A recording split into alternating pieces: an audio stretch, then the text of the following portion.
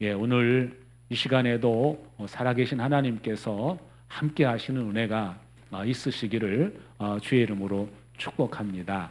우리 창세기에 있는 말씀은 여러분들이 여러 번 많이 읽어보셨을 것이고 또 익숙한 그러한 내용이기도 합니다. 또 처음 또 보시는 접하는 분들도 있겠지만 대부분이 이렇게 창세기에 있는 말씀은 알고 있는 말씀이기도 합니다만 오늘 이 시간에 또 이 창세기 15장의 말씀을 보시면서 오늘 저와 여러분에게 주시는 말씀이 분명히 있을 줄로 압니다. 오늘 이 말씀을 읽으셨는데 들으시면서 오늘 하나님께서 내게 주시는 말씀이 무엇일까 하는 것을 생각하시면서 말씀에 집중하신다면 오늘 여러분 한 분 한 분에게 큰 은혜가 있으리라고 생각이 되어집니다. 지금 날씨가 우리 예배당 날씨가 굉장히 좀 뜨거운 편인데요. 우리 그쪽 온도를 좀 낮춰 주실 수 있으면 뒤에 좀 낮춰 주시면 고맙겠습니다. 예. 오늘 이제 사실은 이 본문에 있는 내용은 15장 전체에 있는 말씀이지만 오늘 읽은 말씀은 우리 10절로 21절까지의 말씀을 보셨습니다. 그래서 이제 먼저 그 1절이 배경이 되는 말씀이기 때문에 좀 이렇게 배경되는 말씀을 좀 함께 나누고 오늘 본문을 좀 함께 나누는 그런 시간을 갖도록 하겠습니다. 하나님께서 이 아브라함을 만나는 사건이 여러 번 있어요.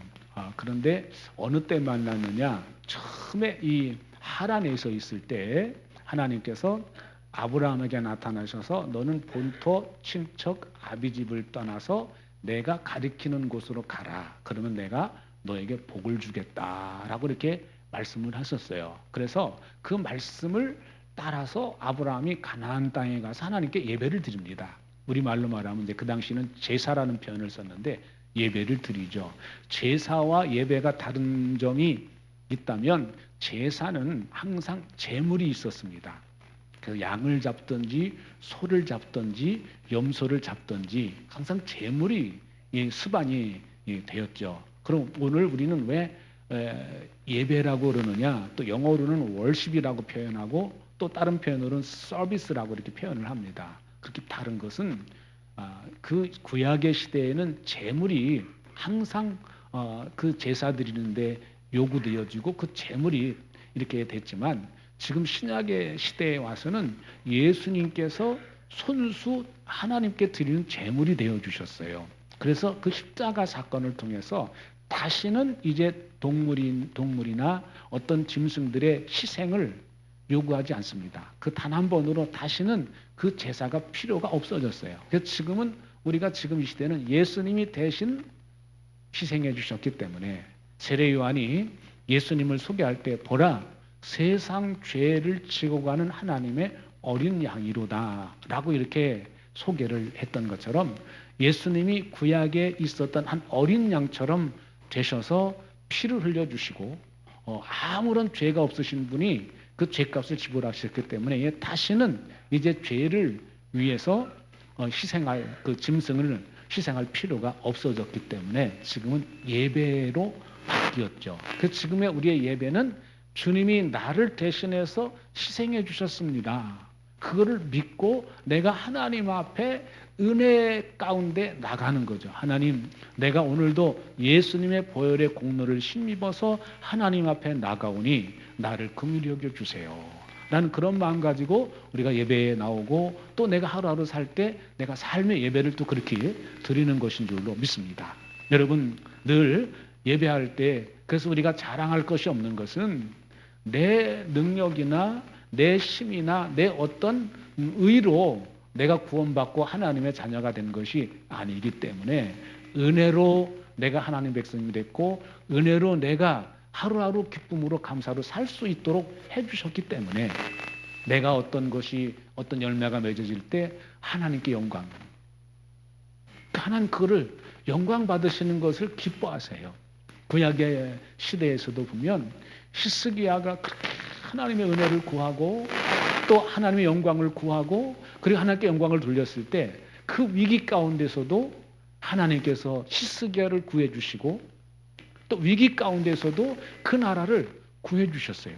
그런데 그가 그렇게 하나님을 간절히 의지하고 신뢰하고 가까이 나갔을 때 아수르 군대, 그 당시에 천하무적인 아수르 군대 사네립의 군대를 물리쳐 주셨죠. 하루아침에 18만 5천 명의 군대를 무너뜨리고 그리고 그 얼굴이 뜨뜻해서 자기 본국으로 갔다 그래요. 그 자기 신에게 가서 제사 드릴 때 그 아들들에 의해서 죽임을 당합니다. 그래서 이 히스기야 임금이 그 주변 나라들에게 큰 존경을 받고 그런 상황에 있을 때 자기도 모르게 교만해져요. 이게 사람입니다. 이게 사람의 모습이에요.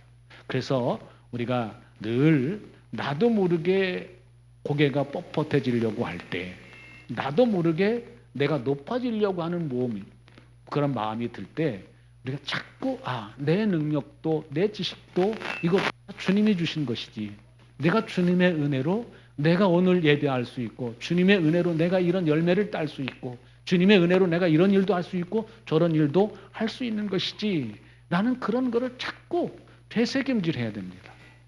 그 되새김질할 때 내가 다시 낮아질 수 있고 내가 다시 겸손해질 수 있고 다시 주님의 은혜를 덧입을 수가 있기 때문에 그런 줄로 믿습니다. 바라기는 오늘도 여러분들이 그런 낮아진 마음을 가지고 예배에 동참하시고 또 말씀에 임하실 줄 믿고 또 여러분들이 또 그런 바람을 여러분들에게 갖습니다. 그래서 오늘 이 아브라함이 그렇게 부름을 받고 순종해서 가나안 땅에 왔지만 이제 또 그 가나안 땅에서 사는 동안에 롯과 헤어져야만 하는 그 조카 롯과 분가를 해야만 되는 아픔이 있었죠. 사실 아픔이 있었죠. 그런 가운데 하나님이 또 나타나십니다. 또 나타나셔서 하나님께서 동서남북을 바라봐라. 그렇게 말씀하시고 이제 그 땅을 내게 주겠다. 내가 보이는 모든 땅을 주겠다. 그렇게 약속을 하세요. 그리고 이제 14장에서 소돔성에 가서 살았던 롯이 붙잡혀 갔다고 하는 소식을 듣고 아브라함이 자기가 길리고 훈련하던 군사 310명인가요? 315명, 하여튼 300여 명의 그 군사를 거느리고 또 같이 동맹했던 그런 이제 사람들 몇 가정과 함께 쫓아가서 그 대군을 물리치죠. 그리고 다시 롯을 구해오는 그런 은혜를 경험합니다. 이제 그 사건 이후에 벌어진 일이 오늘 함께 읽으신 본문의 사건입니다. 근데 오늘 여기 이제 15장 1절에 보면 이렇게 말씀하고 있습니다. 이후에 여호와의 말씀이 환상 중에 아브라함에게 임하여 이르시되 아브라함아 두려워하지 말라. 나는 내 방패요 너의 지극히 큰 상급이니라. 지금 여기 있는 말씀에 보면은 이 15장에 와서는 아브라함이 뭔지는 모르지만 그 마음의 불안함, 마음의 어떤 두려움, 막연한 두려움, 불안함이 있었던 것 같아요. 그래서 아마 아브라함이 그 두려움 때문에 하나님 앞에 나가고 그 두려움 때문에 하나님을 찾고 그 두려움 때문에 하나님의 이름을 부르지 않았는가라는 그런 생각을 합니다. 그렇게 하나님을 찾을 때 하나님께서 바로 여기 말씀해 보니까 환상 중에 아브라함에게 임하셔서 두려워하지 말아라 하고 말씀하시면서 나는 네 방패다, 나는 네 상급이다 라는 그런 말씀을 하세요. 이제 그런 방패다, 상급이다 라고 하는 말은 바꿔서 말하면 내가 너를 두려워하지 않도록 너를 지켜줄 것이다. 방패라고 하는 것은 보호라고 하는 의미가 있잖아요. 화살이 날라올 때 이 방패를 하면은 그 화살을 막아주는 건데 내가 너의 보호자가 될 것이다. 내가 너를 지켜줄 것이다. 그러니 두려워할 이유가 없다라는 그런 말씀이죠. 또 여기 상급이다라고 하는 것은 내가 너의 복이다라는 것이죠. 내 복을 주는 사람은 주변에 있는 어떤 것도 아닌 바로 내가 하나님 자신이 너에게 복을 주는 사람이다. 너에게 복을 가져다 주는 사람이 하나님이시다 라는 것을 그렇게 말씀해 주시고 있습니다. 그런데 이 말씀을 들은 이 아브라함이 이어서 하는 말이 주 여호와여 내게 무엇을 주시려고 그럽니까? 나는 자식이 없습니다. 그러니 나의 상속자는 이 다메섹 사람 엘리에셀입니다 라고 그렇게 하나님 앞에 얘기를 합니다. 그러니까 이 아브라함이 막연한 두려움, 근심을 했었던 이유 중에 하나는 자식이 없음으로 인한, 그럼 내 뒤를 이어서 상속자를 누구로 세울까? 그런 고민 가운데 두려워했던 것 같습니다. 문맥상으로 보면. 그래서 이제 아브라함이 이 당시에 어떤 이 고대 이 사회에서 그 문화가 뭐냐면 자식이 없을 경우에 그 사람들을 양자로 삼아서 아들로 삼고 그걸 다 그대로 물려줍니다. 여러분 코바디스라고 하는 영화를 보신 분은 알겠지만 유대인인데 이제 그 포로로 그 노예가 돼가지고 배를 타고 가다가 그 장군을 구해준 사건을, 로마 장군을 구해주죠. 그래가지고 그 장군이 이제 구해준 그 아들을 노예에서 해방시켜주고 자기 아들로 삼고, 그리고 그 증거로 그 장군이 자기 반지를 그 사람에게 끼워줘서 그 사람은 일약 그 장군을 구해준 사건으로 인해서 자기가 그 장군의 아들이 됩니다. 양자가 된 것이죠. 그런 사건이 코바디스에 보면 이렇게 나오고 있는데요. 그런 것처럼 이 고대 사회에서는 실제로 그런 일들이 많이 있었으니까 이 아브라함도 이 로마 시대보다 훨씬 더 오래전에 살았지만 그 당시 문화가 자식이 없으면 유력한 사람들, 가까이 있는 사람들을 하나, 신뢰할 만한 사람들을 하나 뽑아서 그 상속자로 삼으려고 해서 삼는 그런 문화가 있었기 때문에 그거를 상식적으로 생각해서 하나님 앞에, 아마 하나님이 자식을 준다고 말씀하셨는데 그 자식이 어떤 자식인지, 이게 내 몸을 통해서 주실 자식인지 아니면 뭐 이렇게 하면서 이 이야기를 해나가고 있습니다. 그런데 오늘 이 이야기를 들었던 하나님께서 분명히 말씀을 하죠. 그 사람이 네 상속자가 아니라 내 몸에서 날 자가 내 상속자가 될 거다. 그래서 하나님 분명하게 확실하게 너 다른 사람, 적당한 사람 뽑아서 상속자로 삼아서 그 사람을 통해서 너에게 이렇게 이 땅을 주고 그게 아니라 내 몸에서 날 자, 그걸 분명히 말씀을 하시죠. 내 몸에서 날 자, 그 자가 바로 내 상속자가 될 거다. 그 다메섹 사람 엘리에셀은 내 상속자가 아니다 라고 이렇게 분명히 말씀을 하시고, 그리고 밖으로 이끌고 나가서 하시는 말씀이 너 하늘 좀 봐라. 너 그 별 셀 수 있냐? 그렇게 말씀해요. 내 자손이 이와 같이 될 거다. 또 그런 사건을 통해서 하나님의 말씀을 듣고 나서 아브라함이 이제는 안심을 해요. 그리고 믿었다라고 말씀합니다. 믿으니 그것을 의로 여기셨다.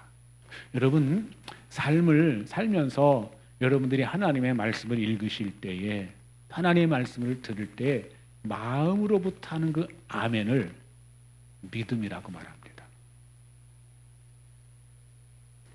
뭐라고요? 믿음. 내가 마음으로부터 그렇습니다. 나도 그렇게 되기 원합니다. 그 아멘 하고 그렇게 진심을 담은 고백을 하나님께서는 뭐로 보신다고요?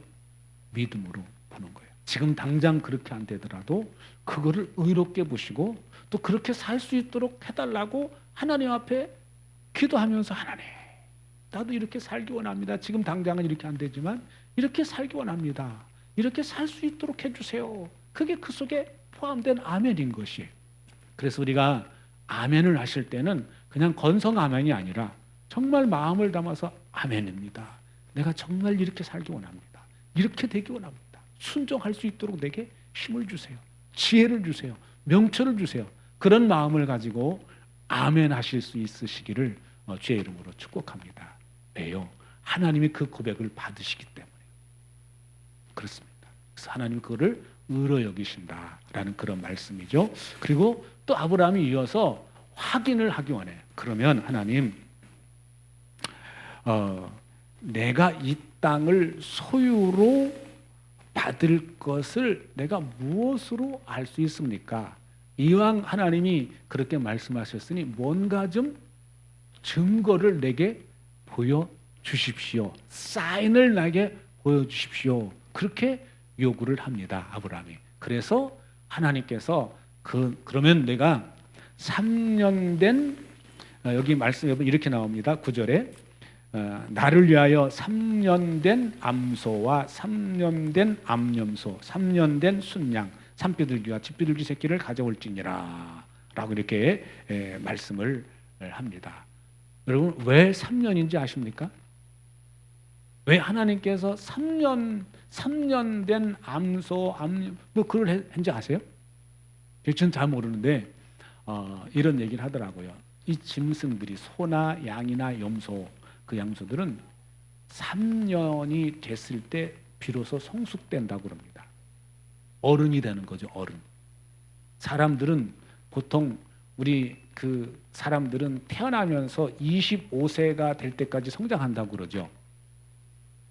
이제 학자들에 의하면은 25세까지 성장한답니다. 그리고 25세부터 그때부터 우리 몸이 조금씩 늙어간다고 그러죠. 그게 이 짐승은 3년이 될 때까지가 성장입니다. 그러니까 3년 됐다라고 말하는 건 이제는 어른이다라고 표현하는 겁니다.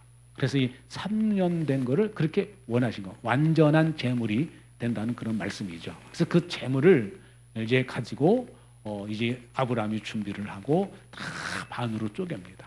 반으로 쪼개고, 그렇지만 산비둘기와 집비둘기만 그냥 그대로 둡니다. 쪼개지 않고 그대로 두는 그러한 모습을 살펴볼 수 있습니다. 그래서 그 쪼개니까 피냄새가 나니까 이 솔개들이 나타나고 아브라함은 그것을 쫓고 그러다가 오늘 이제 함께 읽으신 본문 함께 읽겠습니다. 같이 보십니다. 아브라함이 이 모든 희생 제물을 주께 가지고 가서 몸통 가운데를 쪼개어 서로, 다음 넘겨주세요. 안 넘어가나 보네. 서로 마주보게 차려 놓았다. 그러나 비둘기는 반으로 쪼개지 않았다. 다음 넘겨주십시오.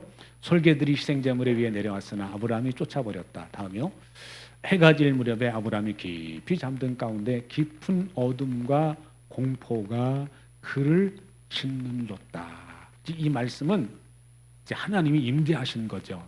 하나님이 임재하셨을 때 우리 사람의 그 마음 가운데 그런 두려움이 임합니다. 우리 이제 이사야서 6장의 말씀에 보면은 이 이사야가 그 우시아가 죽던 해에 걱정이 되니까 이 나라가 어떻게 될 건가라는 그 나라 걱정 때문에 기도하는 가운데 하나님의 임재가 임하게 됩니다. 그럴 때 이 이사야가 큰 두려움으로 슬프다 하면서 이제 난 죽었다. 거룩하신 하나님의 임재 가운데 있으니 자기가 너무 초라해 보이고 자기의 어떤 그 죄들이 다 보이는 것이죠.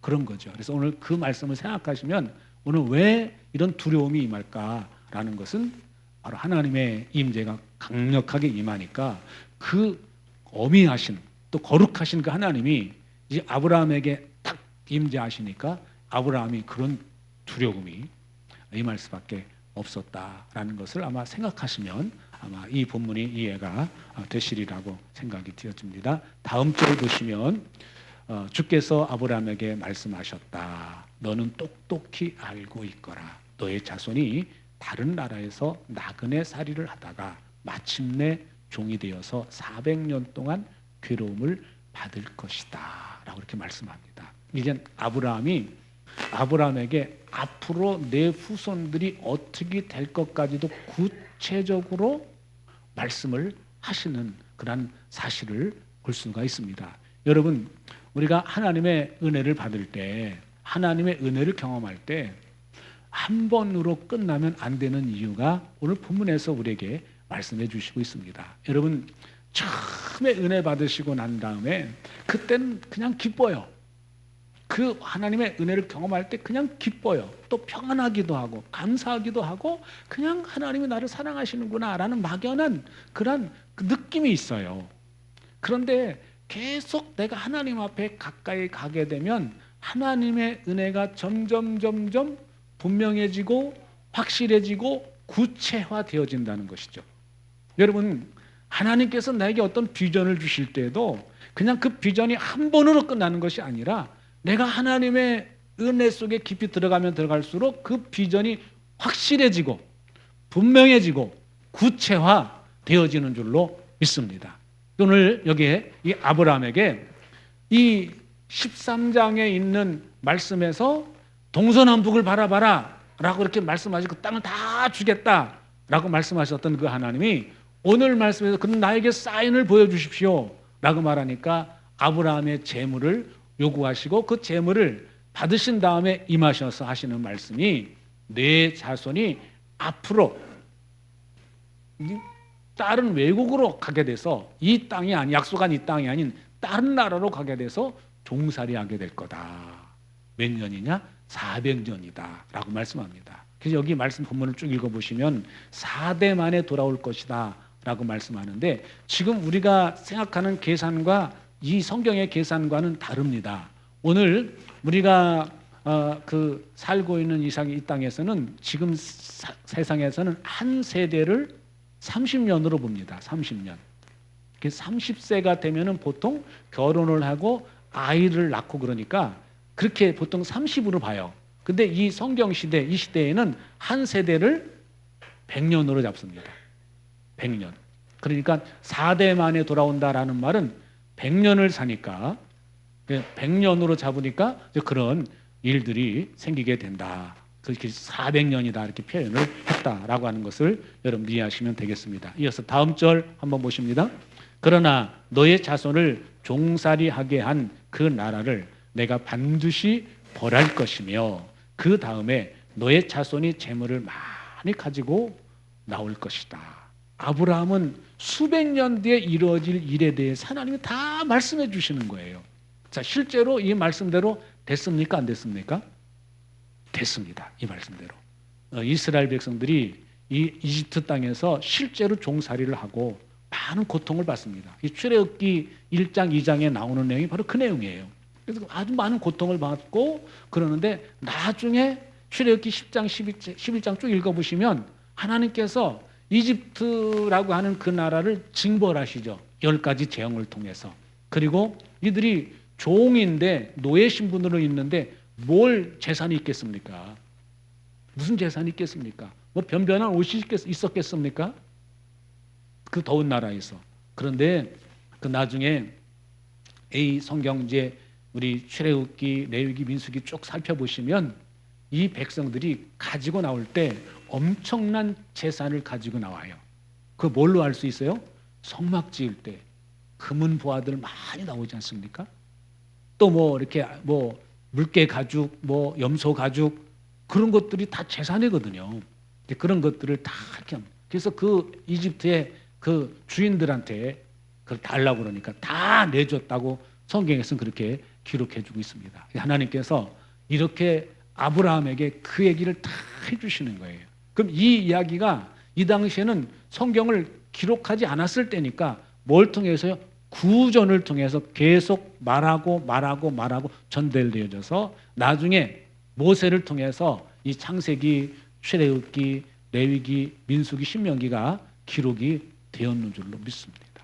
그래서 이 구전을 통해서 이스라엘 백성들이 계속 그 이야기를 들은 거예요. 근데 그것이 그냥 한낱 이야기로 듣는 사람도 있고 그를 하나님이 우리에게 약속해 주시고 하나님이 이렇게 약속해 주셨기 때문에 분명히 이대로 될 것이다 라고 믿은 사람들이 있어요. 그게 누구죠? 요셉입니다. 요셉은 그거를 믿었어요. 그러니까 그가 죽을 때 이런 유언을 하지 않습니까? 하나님께서 반드시 너희들을 인도할 것이다. 약속하신 그 땅으로 인도하실 것이다. 그때 너희들은 내 해골을 메고 가라 라고 유언을 남기지 않습니까? 그래서 여러분 하나님의 약속의 말씀이 있어도 그것을 믿음으로 아멘하고 받아들이고 그 말씀을 붙잡고 사는 사람들이 있고 하나님의 말씀을 들어도 그냥 하나님 말씀이고 나는 나야.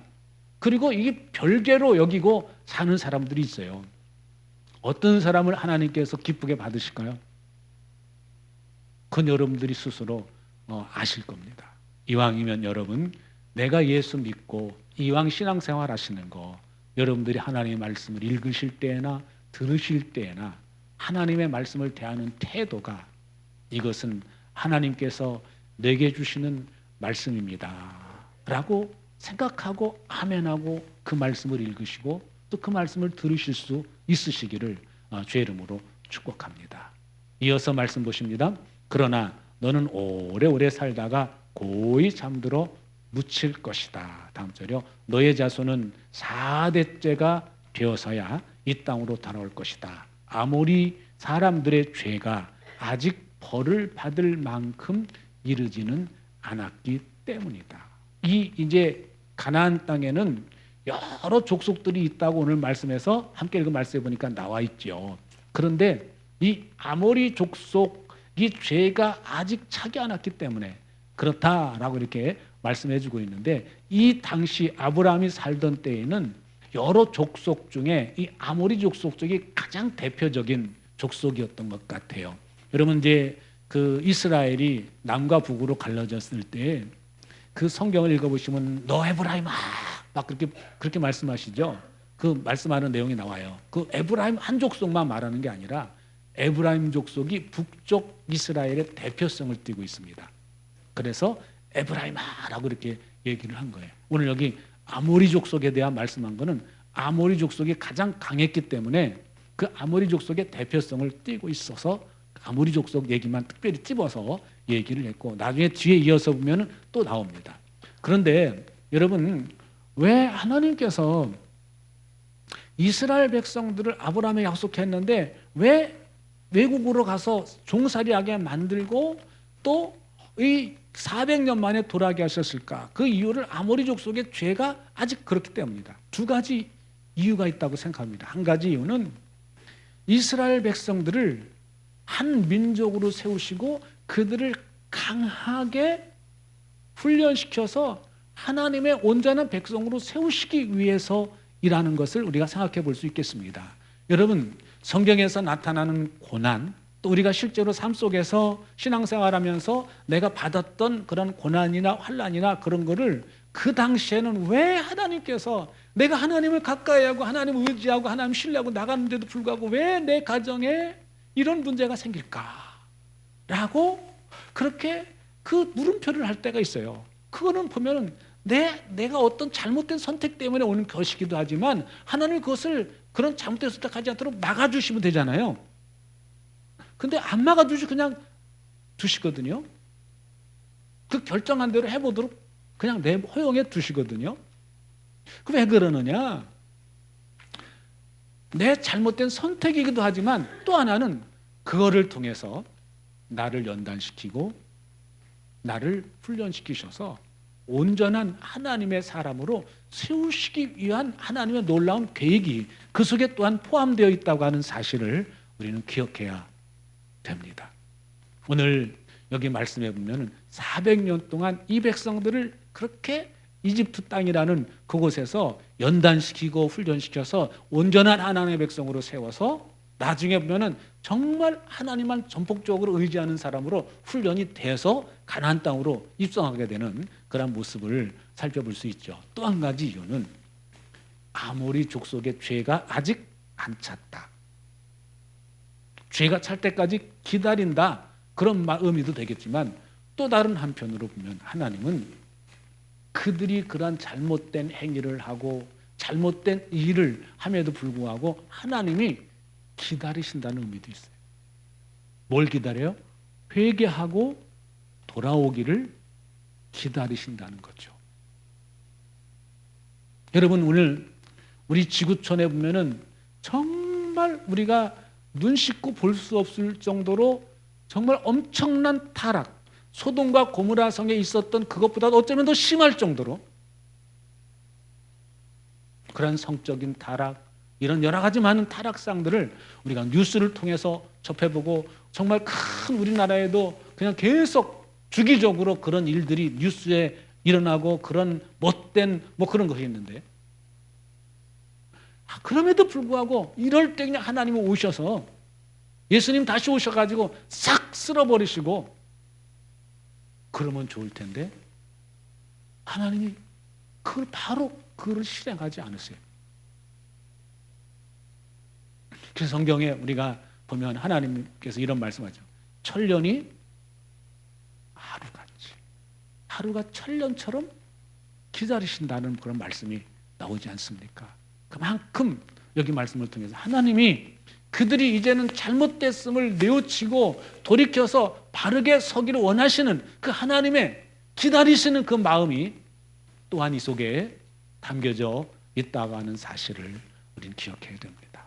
하나님이 오늘 우리 한 사람 한 사람을 바라볼 때 날마다 순간순간 하나님 바라보면 얼마나 좋겠어요. 그렇지 못하거든요. 그럼에도 불구하고 하나님이 참으시고 기다리면서 얘야 하면서 우리를 자꾸 하나님 앞으로 돌아오도록 기회를 주시고 시간을 주시고 기다리신다고 하는 사실 또한 우리 기억해야 됩니다. 그래서 그 하나님의 사랑을 내가 많이 아는 만큼 내가 겸손해지고 내가 하나님 앞에 더 가까이 갈 수가 있는 줄로 믿습니다. 다음 절 보십니다. 해가 지고 어둠이 짙게 깔리니 연기나는 화덕과 타오르는 횃불이 갑자기 나타나서 쪼개놓은 희생제를 제물 사이로 지나갔다. 바로 그날 주께서 아브라함과 언약을 세우시고 말씀하셨다. 내가 이 땅을 이집트 강에서 큰 강 유프라테스에 이르기까지를 너의 자손에게 준다. 이 땅은 겐 사람과 그니스 사람과 간몬 사람과 헷 사람과 브리스 사람과 르바 사람과 아모리 사람과 가나안 사람과 기르가스 사람과 여부스 사람의 땅을 다 포함한다. 이제 말씀에 하나님의 약속이 점점 구체화되는 이제 그러한 모습을 우리가 볼 수 있고, 여기서 오늘 함께 읽은 여기 17절로 이렇게 21절까지의 말씀에 두 가지를 우리가 생각해 볼 수 있는데, 하나는 하나님께서 이 타는 횃불 사이로 지나가셨다고 말씀해 주고 있어요. 이게 뭔고 하면 이 당시의 그 근동의 문화가 사람과 사람 사이에 약속을 하면 그 약속을 확인한다는 의미에서 짐승을 잡아서 반으로 쪼개놓고 그 뒤로 왔다 갔다 했거든요. 그 왔다 갔다 하는 이유는 내가 만약에 약속을 어기면 이 쪼개진 짐승처럼 너도 쪼개질 거다.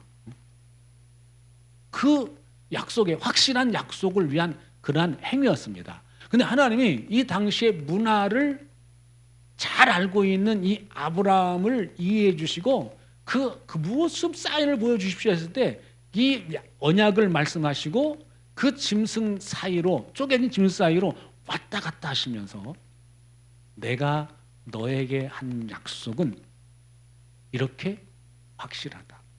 분명하게 정확하게 이루어질 거다라는 그런 약속을 하시죠. 그리고 이어서 나오는 말씀은 드디어 동서남북 사방을 봐라 다 주겠다 그게 아니라 오늘 말씀은 이제 구체적으로 애굽강, 나일강에서부터 유프라테 북쪽에는 유프라테스 강까지 그리고 족속 이름들을 쫙 열거하면서 이 족속들이 지금 머물고 있는 이 땅이 너에게 주는 땅이다.